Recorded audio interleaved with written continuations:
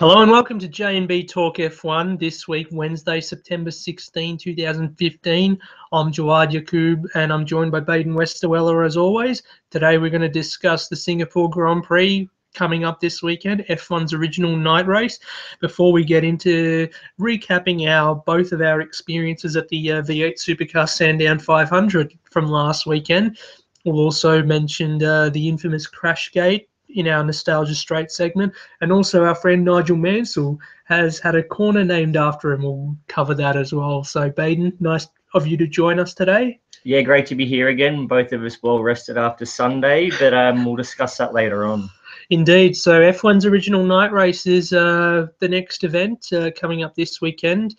Although Bahrain and Abu Dhabi also have events that take place under lights, but yeah, the original one has been Singapore. And we should mention too, Bahrain and Abu Dhabi are more of a twilight event than a pure night race. Yeah, exactly. But it does finish under lights regardless. But yes, the Monaco of the East is what Singapore has been dubbed, not just for the atmosphere and the surroundings, but more so because it's an unforgiving circuit, isn't it? With the close walls, 61 grueling laps will be contested across the 5-kilometre low-speed circuit. Should be mentioned, have we ever seen really a race go the full distance in recent years? It seems as though we always get to about 58, 59 laps in the safety car interventions. Many that we have pretty much each edition seems to curtail the event. Indeed, and because we've gone from the shortest event on the calendar, which was Monza, to what is the longest event, this race does tend to, tick over the 2-hour mark on occasion. And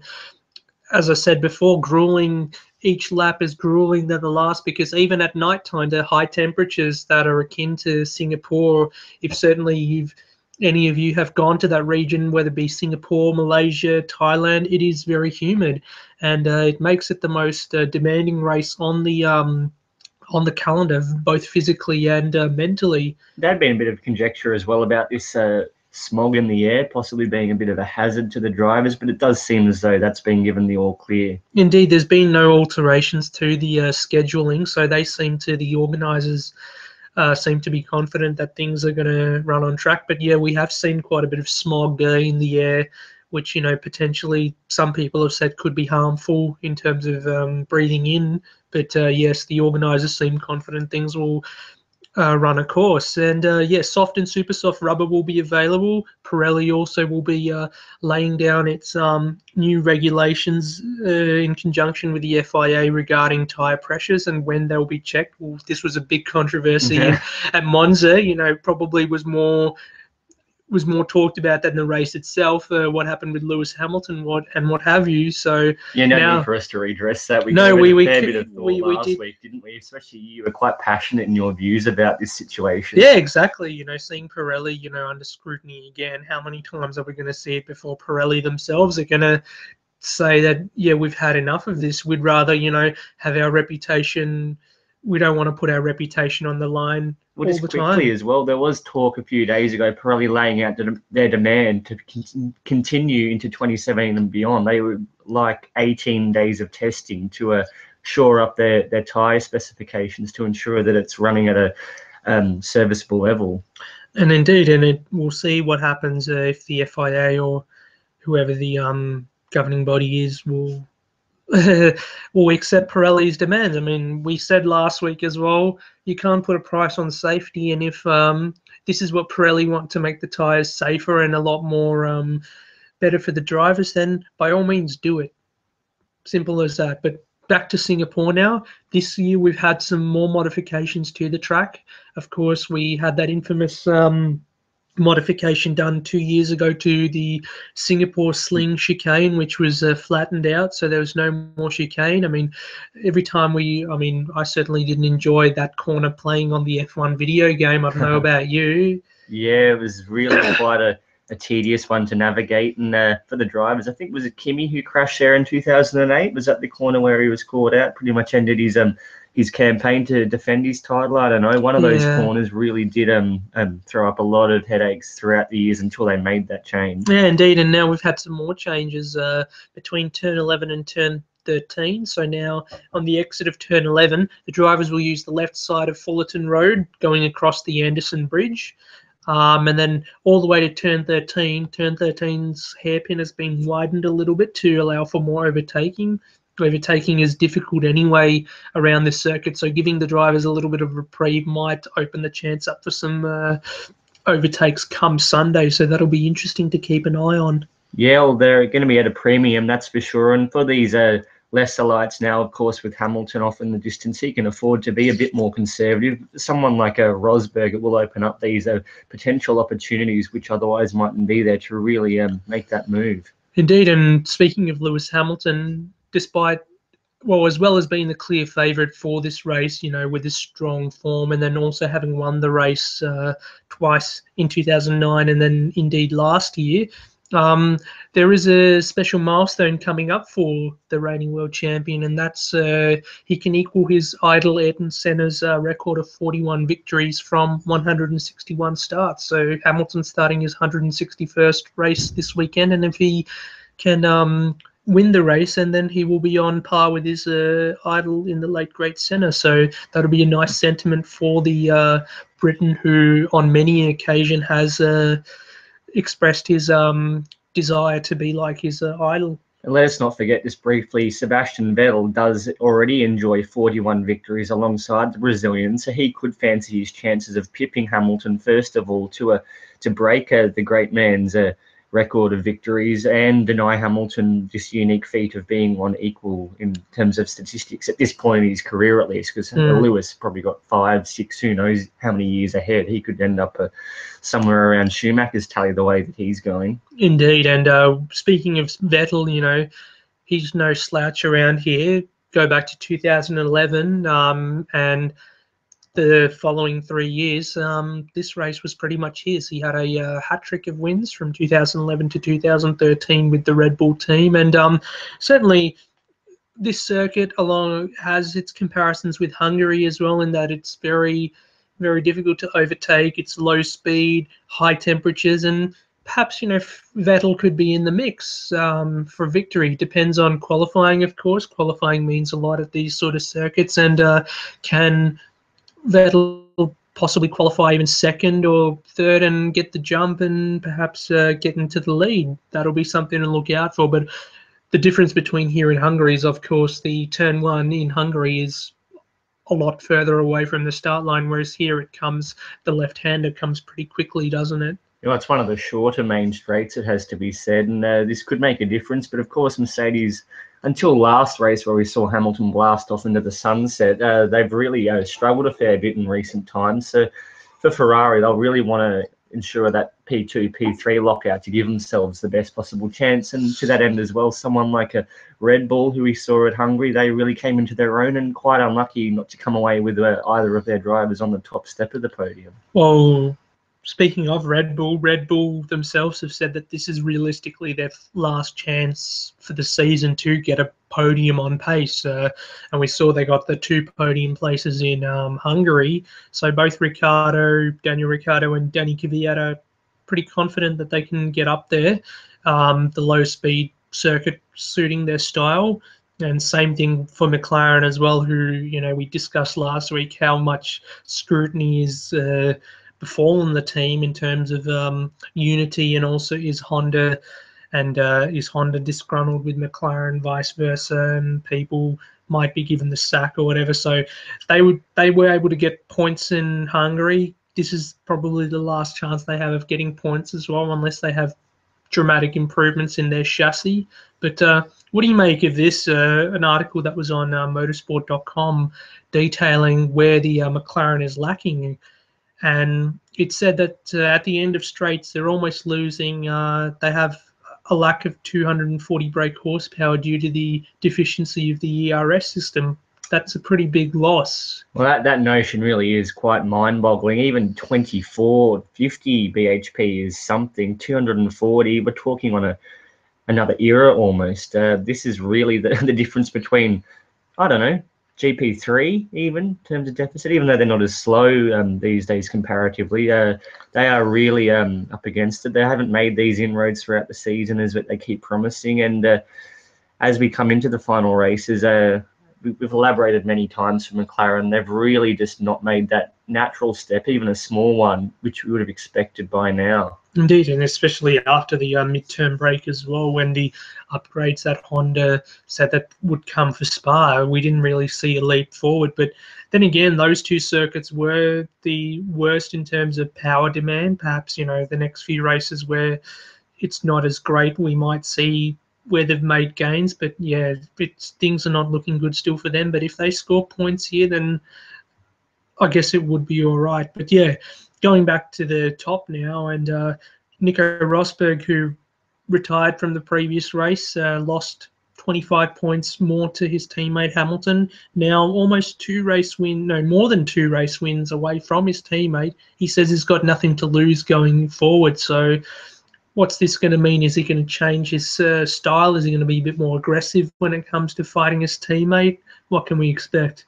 Well, the latent tendencies in Rosberg, which were apparent at the first half of the 2014 campaign, really coming to a head following that infamous incident at Belgium last season. That would be a sight to see that version of Nico come back to the party, because if ever there's a time that he needs to channel these kind of tendencies, it is this weekend. Another victory for Hamilton, even if Rosberg's somewhere up around the podium, and he's pretty much, able to kiss this season goodbye.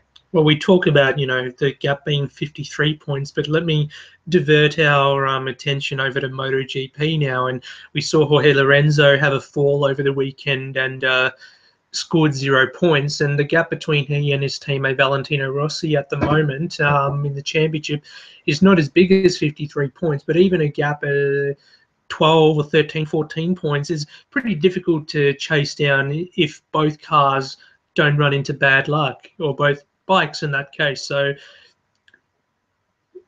Rosberg pretty much needs to rely on some kind of bad luck falling on his teammate, you think, for any realistic chance, or does he still have the opportunity to get those points back by beating his teammate on track?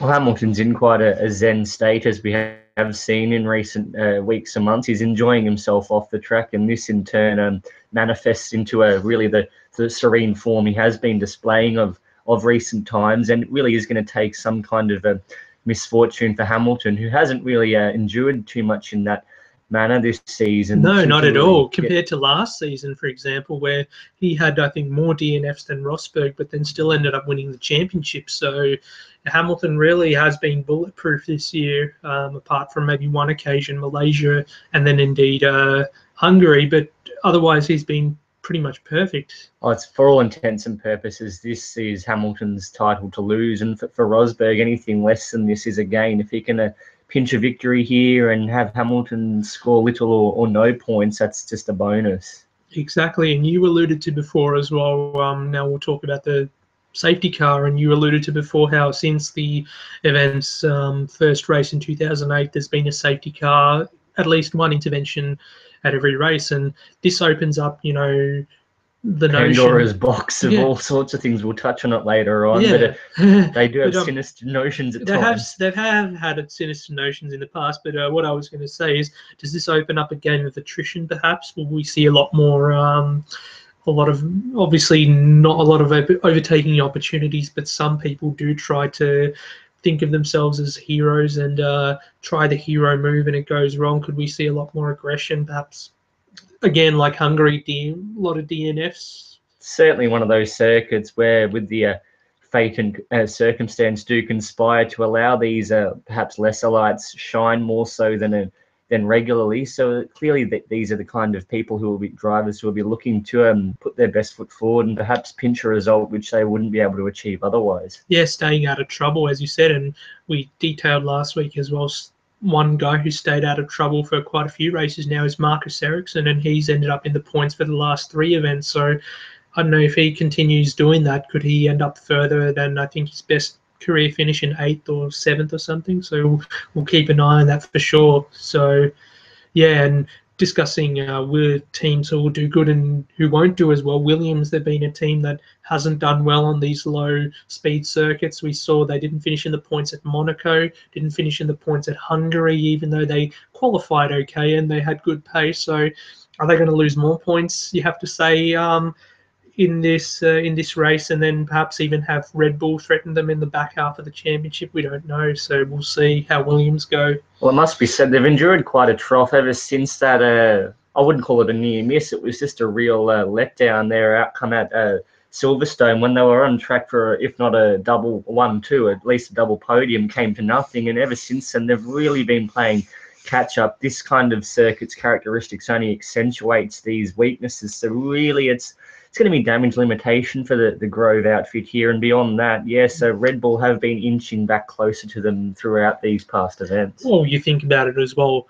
They have had a trough, yes, but then they had a good result in Monza. But they should have had more podiums, you have to say, this season. And that's one thing that Williams will certainly be thinking about in the postseason, if not already, where they've lacked in. But anyway, that's the Singapore Grand Prix. We'll be back on Sunday, of course, to talk about qualifying, and then also the build up to the race. We'll give our lowdown as to predictions and also what's happened across the weekend. So we'll get to that. But for now, we've actually been out and about. The Sandown 500, as we previewed last week, V8 Supercars, the first endurance race of the year. And we were able to get trackside, and have to say it was quite a good Sunday, was quite a good day, weather-wise as well. And not a bad start for Mark Frosty Winterbottom and his co-driver Steve Owen. And his co-driver Steve Owen. Absolutely. They were really up against it earlier on, but they came to the fore at the end, and it was a great day for both of the FPR factory outfits, with Chaz Mostert and Cameron Waters, who is becoming more and more rapidly the man to place into one of those vacant seats for next season. Yeah, so 1-2 finish for them, something that they hadn't achieved something that Ford as a manufacturer hadn't achieved at Sandown since 2004, I think, when Stone Brothers, Ambrose and Ingle were able to take the 1-2. But we have to say as well, throughout the weekend, or especially when it came to the qualifying races, that it was Jamie Whincup and Paul Dumbrell who were on form. Paul Dumbrell in the first qualifying race, was just the pick of the bunch. He was in as we talked about Hamilton, he was like in a Zen state almost, and he had this impressive lead over everyone. And then we just thought for the first sort of 60 or so laps that Whincup was in great control, but then these little 1%ers that the team sort of missed out, strategy, tyres as well. I think there was one moment where when Whincup was released from his pit stop, he actually one of the tyres fell on a, what was it, something... Can't remember exactly, but it was something that wasn't exactly...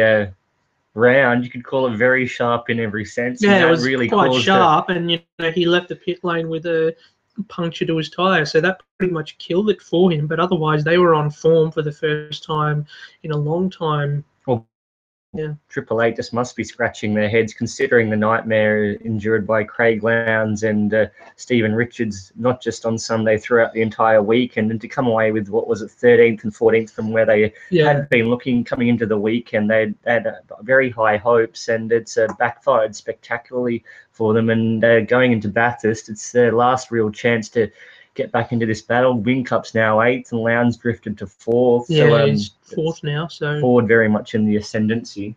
But also it was a nice return to form for the Techno outfit with Shane Van Gisbergen and Jonathan Webb. They finished 3rd in the end, and they had good pace all weekend, we saw. Yeah, they really, from the outset, looked like they were on the money. And for Jonathan Webb, especially earlier on, he did have a few moments, but he seemed to be very much on the money throughout the later stages of that race. And indeed, it's good result for them, because they've had a bit of an up and down time of late. This season. Getting it together for this enduro component really is as we do like to state quite vigorously, the time when you have to get it right. Exactly, and it's quite interesting as well, because this is where the debate comes in about drivers keeping match fit and what have you. Jonathan Webb, he hasn't ever since he stepped back from the main game at the end of 2013. He hasn't done much driving apart from in the enduros, but every time he seems to get in the car, he's quick from the outset, and that's quite interesting, because a lot of people say that the best co-drivers are the one who say drive in Dunlop series like Paul Dumbrell or Cam Waters or Carrera Cup like Stephen Richards. But yeah, guys like we see guys like Jonathan Webb, Alex Premer as well, don't do any driving all year, hop in the car and they're instantly pretty quick. So would this be any incentive? I know it's unlikely, but could it tempt Jonathan Webb back into a full-time drive with his own outfit if it came to pass? well, this has been debated. I think this was debated at the end of last year as well, whether Techno would go back to a 2-car operation for this season and Webb full-time. But I think managing the business at the moment seems to be his priority, and he might stick to that, and the co-driving role is what he needs just for a bit of seat time during the year. So that's interesting. Yeah, can't blame him if he can end up just managing the business side and come out and achieve a podium, even a victory. As we saw, he came extremely close last season before that really catastrophic failure with Van Gisbergen, and then he can enjoy that.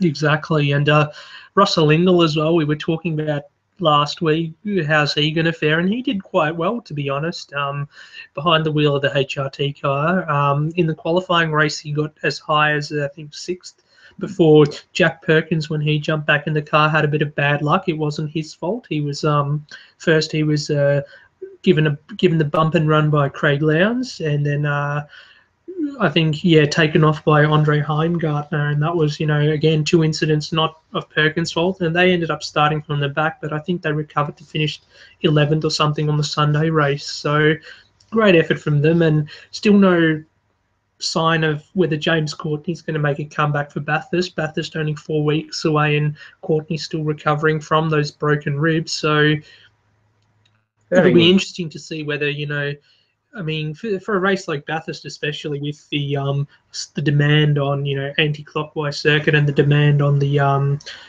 on you have on the body and everything, is it going to, even if you're 90%, would it be worth Courtney coming back, or do you have to be 100% to come back?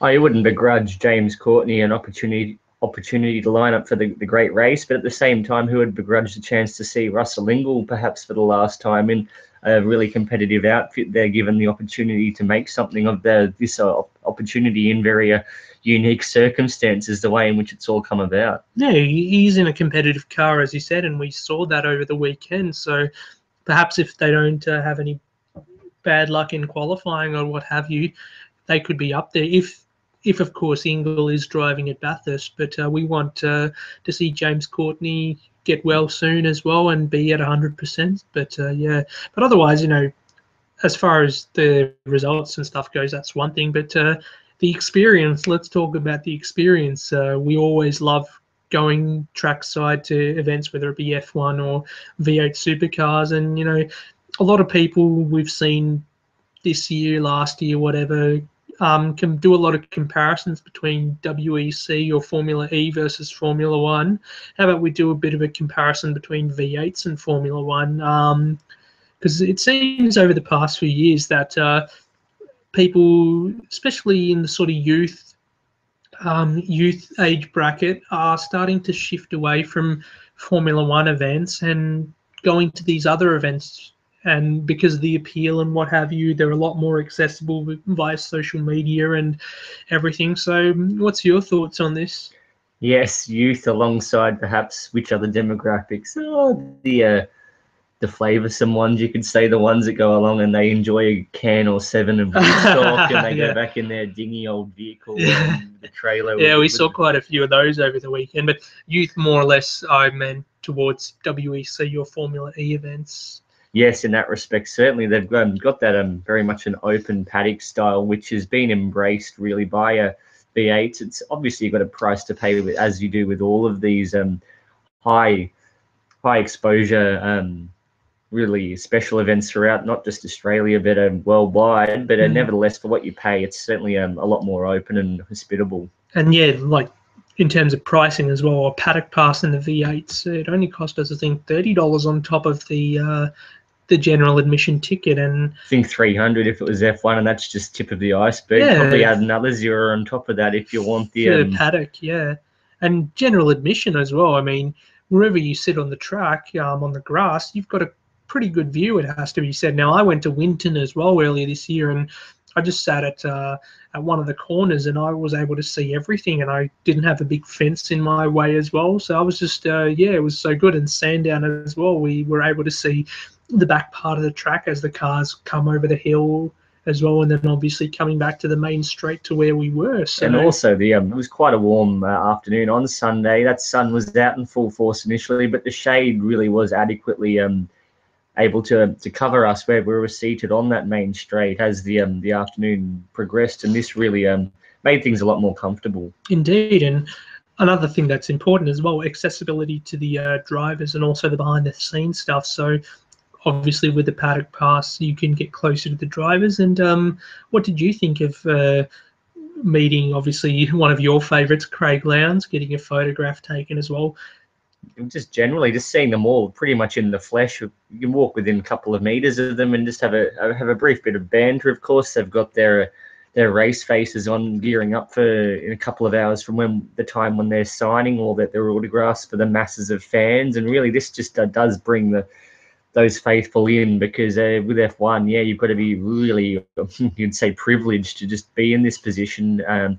But for V8s, yeah, you pay a little bit extra, and yeah, you just get up close and personal and see not just them, all the personnel, just have a bit of a gander and a bit of a chat with them like you're almost sort of a old mate. Indeed, and one thing you were saying, taking photos as well, something in F1 which seems to be a bit taboo when it comes to meeting the drivers. I mean, I've done the whole autograph stage at the Grand Prix so many times, and there's such a strict policy, you know, no photos allowed, or, you know, only one item per person. But here at the V8s, we obviously, Craig, if those who are listening know the popularity of Craig Lowndes, will know how, you know, much of a driver in demand he is. Every circuit he goes to with the Red Bull Racing Australia team, that queue is the biggest for Craig Lowndes, and he will stop for photos with everyone, and they will allow it. The security or whatever, they don't have any rules. They're just like, yeah, come on, get a proper photo taken. And that's one thing that I like. Obviously, you're paying the money to go and see these people in whatever, and you need a good return on your investment as well. And obviously, you said it before as well, banter between drivers and also fans as well. I took a lot of photos for signatures as well, and a lot of the drivers were, you know, quizzed me as to where this photo was taken, and I'm like, oh, you know, this was from, in the case of Mark Winterbottom, it's like, oh yeah, this was from Winton when on your victory lap, and he was quite impressed. And then I think Jason Bright said, oh, were you like in the VIP booth or something at the Grand Prix? Because I was up on the roof taking photos there, and I was like, oh no, that's just yeah, on the Thursday I got in for free or whatever. So it's just a lot more friendly and a lot more, I guess, relaxed than the F1 environment. And that's something that FOM needs to sort of look at. I mean, sure, it is a lot more, F1 is a lot more premier than V8s or what have you, but surely, you know, they could loosen it up a little bit. Well, what do you think? For this notional sum, as we saw on a Sunday, and for you across both days of the weekend, the experience is priceless. So F1, it's going to take them probably a lot more than just comparing to, say, our own experiences. It'd need a lot of support just to say that, oh, wouldn't it be something to get the transparency between drivers and personnel to the fans, a lot more of just a general opportunity, even if it's not quite as intimate as you can see in the V8 paddock. As should mention as well, we got pretty close to seeing the Channel 10 crew, Matthew White, Neil Crompton, and Mark Larkham there, and that's something you wouldn't be able to do with F1 with, say, the Sky crew or BBC, even Channel 10. Oh, Sky, I mean, some of the guys at Sky are pretty friendly. When I got to see him at the Grand Prix this year, Ted Kravitz more so, he was quite friendly to chat to. Albeit the fee which was attached to it was slightly higher than, say, for this weekend. Yeah, just for sure. The $30 extra, and yeah, straight for sure. there. I mean, you're right in the middle of it, in the paddock. That's where everything happens. You can look inside the team's garages. There's no walls or what have you, and you've got all the tire sheds as well. You've got the team's transporters. It's just a whole lot more transparent. And yeah, sure, like the criticism against V8s is the whole redneck style thing. I mean, we are not, both of us, it's safe to say we're not rednecks, what have you, but we still enjoy it for the good racing, the camaraderie between the drivers, and also the, you know, how they allow fans to get a lot more closer to them than, say, other categories do.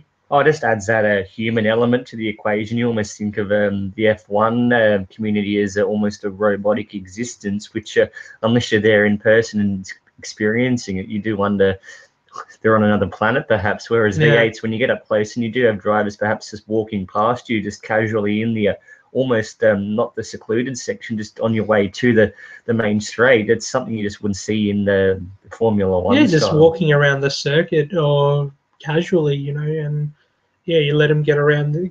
You let them get about their business. But yeah, overall, it was a good experience, and yeah, it was good to have your company there as well.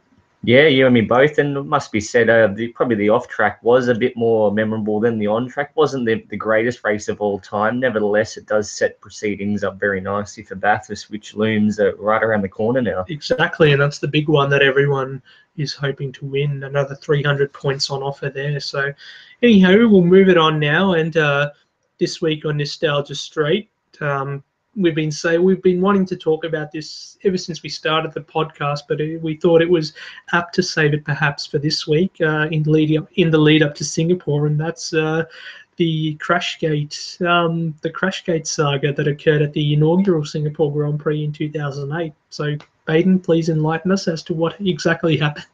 Yes, for those of us who are really go way back with F1, I think it's one of the most memorable, really, incidents which has taken place. So, most conspicuously at the time, it didn't come to light for almost 12 months following these events. The true nature, the sinister nature of this, of course, at the command of the Renault pit wall, old Flavio and Pat Simmons engineered a little scenario where Nelson Piquet conveniently crashed quite heavily, it must be said, triggered a safety car naturally because the car was perched in quite an unsafe position.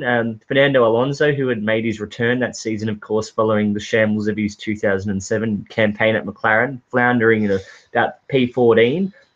And as it eventuated, following one of many safety cars, as it was ultimately, the Spaniard emerged in the lead and went on to take quite a surprising victory. No one really had seen it coming. It was his only win that season. Oh, no, wasn't it? he actually won the following races. At Japan Fuji when the car was more in its element. But for this one, and prior to that race, they just didn't have anywhere near the form. The form guy didn't predict at all that Renault would be up there. So it was a bit of a shock. It was obviously the McLaren, Lewis Hamilton and Felipe Massa, Kimi Raikkonen, the three-way championship battle that was.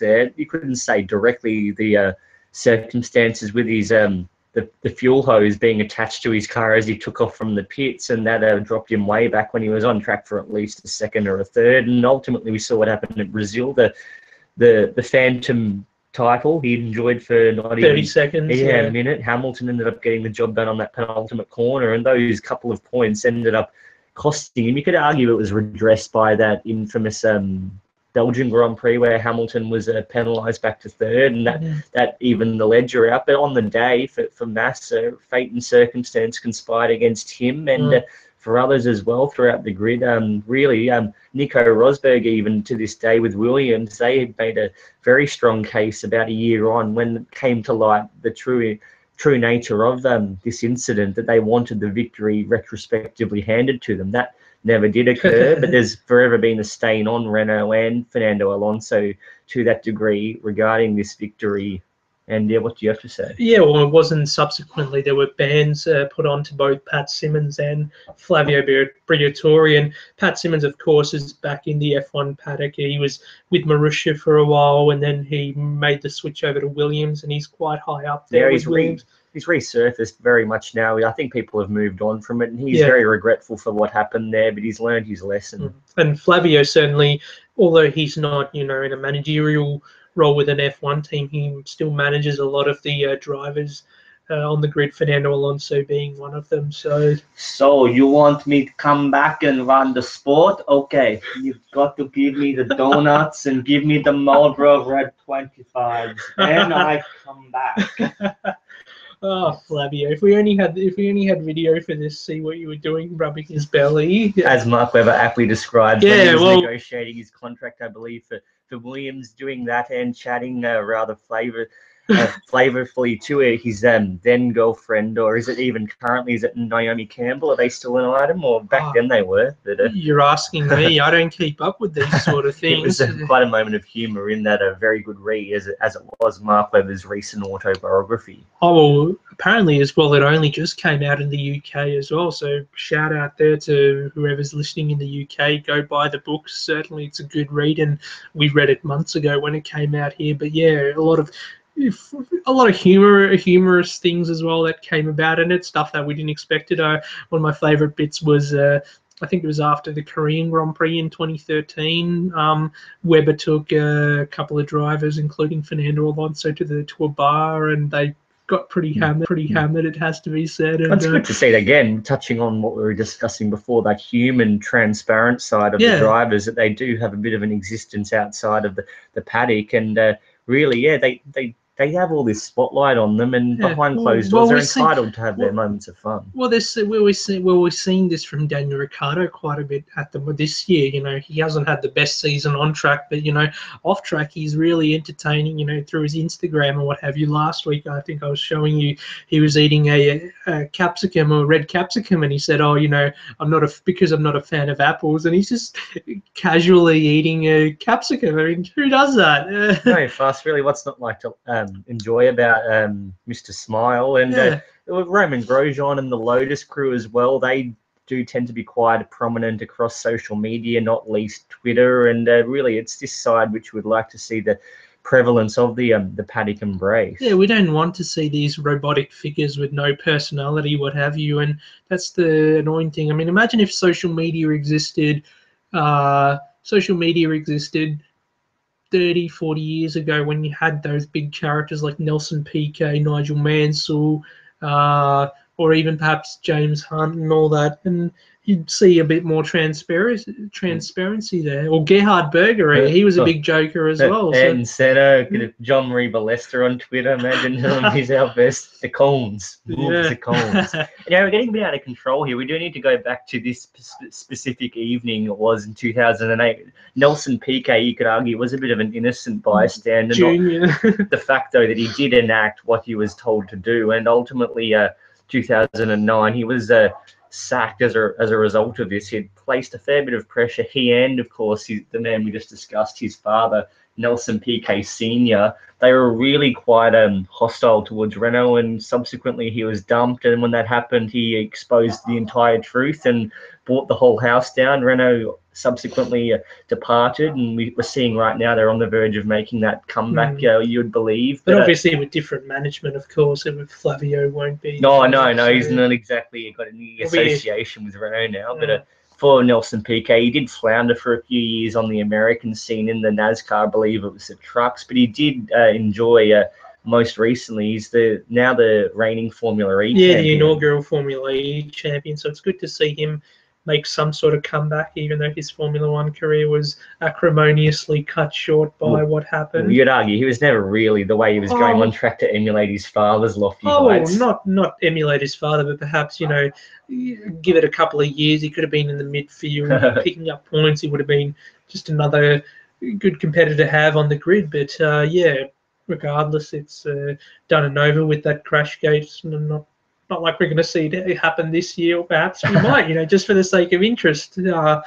Maybe Fred will be in his McLaren and he'll emerge victorious suddenly. McLaren emerging in the lead. The eyes will be very much looking around if something like that happened. That would be a really, even more so than, say, Manor victory. That would just be something you would not believe. Sure those guys are not going to orchestrate something as sinister as that. You know, that'll be funny, but anyway, Nigel Mansell, just speaking of Nigel Mansell before, he's had a corner named after him, it seems, at the New Mexican, the Mexican Grand Prix circuit. Yeah, turned 17. It's the back component of the notorious Peraltada, which has been really remodeled for Formula One, considering those safety concerns which are at the Yeah, the high forefront these speed. days. Well, it was So a pretty high speed corner, pretty much, and now it's like being carved out, and there's a stadium section and everything in it. But great honour for Mr. Mansell, it seems. yes, well, for Nigel, he's going to go out to the race. It would seem, based on his quotes, in light of this, and really he has touched on his own experiences when he was racing back in the late 80s, early 90s. There, his experiences, not least one particular move which he did make on Gerhard Berger around the old section, and he pretty much just elaborated how he came back and finished second behind his teammate at the time when he was at Ferrari, 1990, Alain Prost, and he went on to say how he just can't believe it was a quarter of a century ago, and that his victory, which he enjoyed on his title-winning campaign 1992, 23 years ago. And he just says as well, he's observed in close detail the organisation behind this year's event, and said he's really looking forward to seeing it firsthand, it would seem. Yeah, and I guess, having a corner named after you as well, it's an honour to have. And yeah, we're looking forward to that race, actually. One of the only races that Lewis Hamilton hasn't won going forward. So, yeah, very good.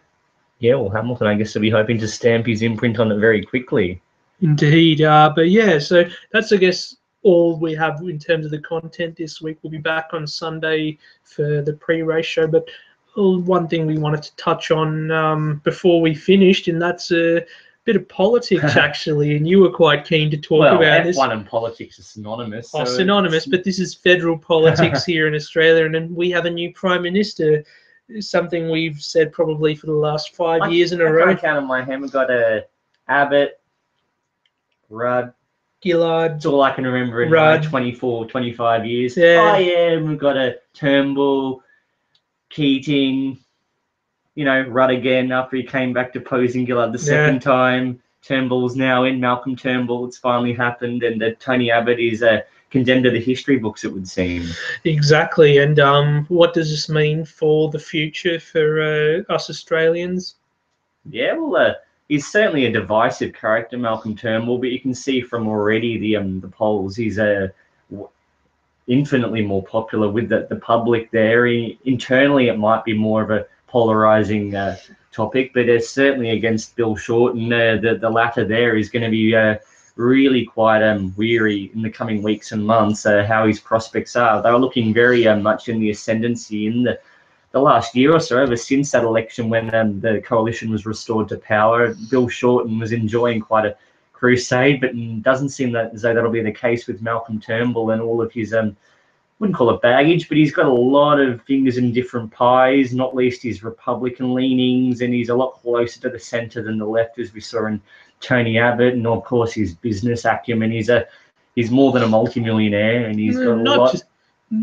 Sorry, go on. Oh, communications already we've seen with his charge of the NBN. So clearly he's really got a lot of potential there. He's able to be very much abreast of a lot of different issues, unlike Tony Abbott, who seemed to just flounder week to another and make these notorious captain's picks without much consultation. Yeah, well, that's one thing I wanted to say as well, that he seems a lot more clued on, it seems, than his predecessor in terms of current affairs and also the evolution of technology and everything, as his time as communications minister, and also the whole captain's call thing, as you just said. Turnbull was said to consult more with Parliament than his party on policy and everything as well. So we just have to say, although this move is sort of reminiscent of what happened at Labor a few years ago with Gillard deposing Rudd and then vice versa. Who didn't see this coming from February, when the first chastening experience, as Abbott called it? We thought he was going to change then, and he said good government would commence then, when it should have the day he got into office in pretty much 2 years to the day, as it will be on a Friday. And of course Abbott, as a result of missing that, he's going to seems as though he'll miss out on these pension entitlements as a Prime Minister for beyond 2 years. But yes, for Turnbull, who knows, captain's pick, Australia Day next year, maybe he'll say, "Oh, Australia, we're becoming a republic." What do you say about that? I don't know if it'll be that extreme. You know, when it comes to these sort of things, I mean, I'm a layman. I'm not too entrenched in the politics, but obviously, as voters, we have to be aware of what's going on. We've got to make the right decision, best decision for you and also your family, whatever, when it comes to voting. And there's a lot of, especially in the youth, there seems to be a lot of ignorance out there at the moment when it comes to voting, and a lot of youth are very disaffected. They just don't care. They're like, oh, we'll do the donkey vote. But of course, this is the very reason that Tony Abbott got into power 2 years ago, because a lot of people, the majority of votes, not many people cared. And then when he got voted in, people complained, oh, we didn't want him, he's ruining everything. So perhaps next time when you go to the polls, pay a lot more attention to what's going on with the politics to make a informed decision. Well, must be said, Tony Abbott was an infinitely better opposition leader than he was as a prime minister. Oh, well, he's certainly, to a lot of people, he seemed a lot more desirable when he was in opposition, same as his counterpart and former treasurer now, Joe Hockey. They seemed like a pretty good pairing back when they were in opposition, but obviously when they took power, they did stumble on a lot of things, and Hockey particularly making comments like poor people don't drive cars and a lot of other controversial... We see him smoking those cigars with Matthias Cormann the day of the budget. That wasn't a good look. Yeah, so a lot of things. He pretty much dug his own grave, did Hockey, and it was surprising not seeing him turfed earlier on. And a lot of political experts as well, would say the same thing, that Abbott sort of dug his grave even deeper because he didn't let Hockey go, and perhaps that's why the party at large decided to vote against him when it came to the ballot Monday evening. But look at them, they move on now. Got a year, you'd say, till the next election, whether it's any sooner. But I think the public's just sick and tired of seeing this chopping and changing. It's more or less on a yearly basis as it evens out across the past 2 or 3 terms. Ever since John Howard, 11 years he was in, and now I've seen 4 prime ministers across 5 tenures in the space of 8 years, and that's quite ridiculous. So just good to see some kind of stability and just focus on the well-being of Australians now. Yeah, well, Turnbull does seem pretty promising, and we'll have to see in the coming months what happens, but that's enough politics for me for one day. I don't know about you. Enough politics for the life of this podcast. Yeah, exactly. Unless there's another coup in the next couple of months. Oh, well, when it comes to F1 politics, we're not going to ever shut up, because it seems to be the lifeblood of the sport, as it seems. But yeah, in terms of, it's just something we wanted to talk about. We did it. It matters to us. It matters to all Australian citizens as well, and we hope for the better. But that's all she said, I think. I hope politics now just fades into the background and we can get on with the more serious issues. And for F1, this Sunday we'll be back, and hopefully plenty more to discuss. Indeed. So from me, Jawad Baden, thank you for joining us today, and we'll see you guys on Sunday. Ciao.